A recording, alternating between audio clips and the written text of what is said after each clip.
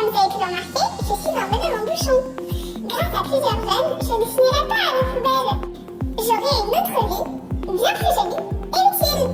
Vous voulez savoir comment? Regardez avec moi le reportage vidéo réalisé par des jeunes du collège Marie-Thérèse. Nous allons à présent découvrir l'initiative qui fait du bien à cette période de crise sanitaire. Un groupe de jeunes élèves a participé à la collecte de bouchons pour une association spécialisée. Une fois collectés et rassemblés, les bouchons sont triés puis expédiés dans des usines de recyclage partout en France. Cela permet de financer des équipements pour les personnes en situation de handicap et aussi de fabriquer du mobilier urbain en plastique. Cet après-midi, les élèves ont reçu Claire Barallon, représentant de l'association Cœur de Bouchon dans le Rhône, et lui ont remis en main propre 5 sacs de 100 litres, soit 50 kg de bouchons en plastique récoltés durant toute une année. Depuis 4 ans, Claire est bénévole à l'association Cœur de Bouchon.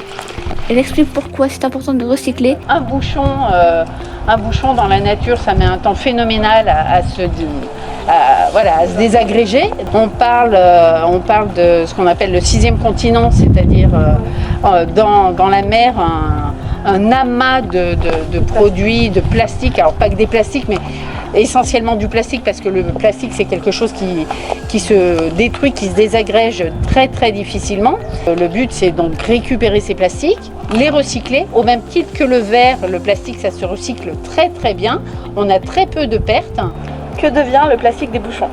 Alors, soit on le broie et on en fait des paillettes, soit on le fait fondre et on en fait des petites billes de plastique.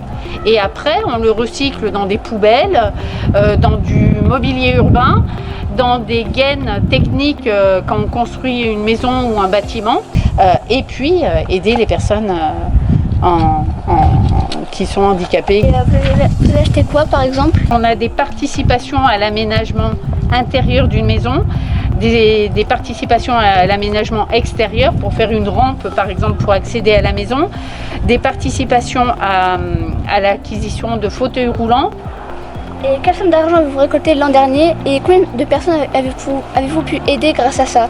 Alors l'année dernière, on a financé 23 877 euros d'aide sur 18 dossiers, répartis sur 18 dossiers.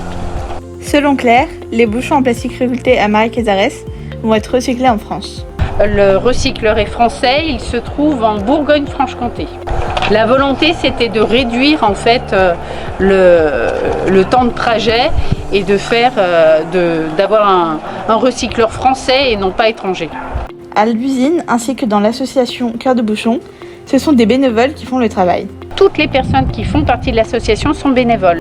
Claire explique que la plupart des bouchons peuvent être recyclés à l'exception des flacons de parfum. Tous les bouchons de produits alimentaires, mais aussi d'entretien, d'hygiène, les bouchons de dentifrice, les bouchons de shampoing, d'après-shampoing, de gel douche, tout ça, ça peut être recyclé.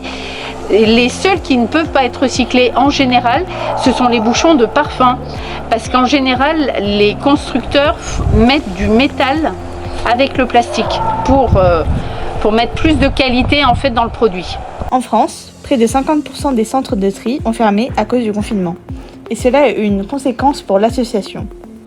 Je vais vous faire le récapitulatif sur les 3 dernières années. En 2019, on a expédié 200 tonnes. En 2020, à cause du Covid, on a expédié 89 tonnes. Une baisse de 55,5% à cause du Covid. Plus de la moitié qui n'a pas été expédiée. Sur 2021, on prévoit 150 tonnes à peu près. Une élève qui n'a pas voulu s'identifier raconte pourquoi elle a voulu participer au projet du collège. Pour aider les associations et pour le bien de notre planète.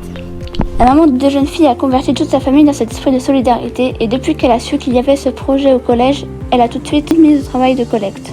Depuis quand est-ce que vous participez à la collecte de bouchons? Alors, on participe à la collecte de bouchons avec mes filles depuis la première année de 6e et on donne environ un sac par mois. Voilà. Et pourquoi est-ce que vous avez voulu participer? Parce que c'était pour une bonne cause et puis que déjà à la maison, on fait déjà le tri sélectif des bouteilles, des cartons et tout ça. Et c'était un plus pour une association, donc c'est encore que plus bénéfique.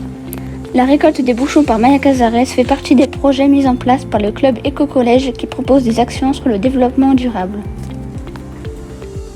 Merci d'avoir regardé ce reportage et j'espère que cette histoire vous aura inspiré.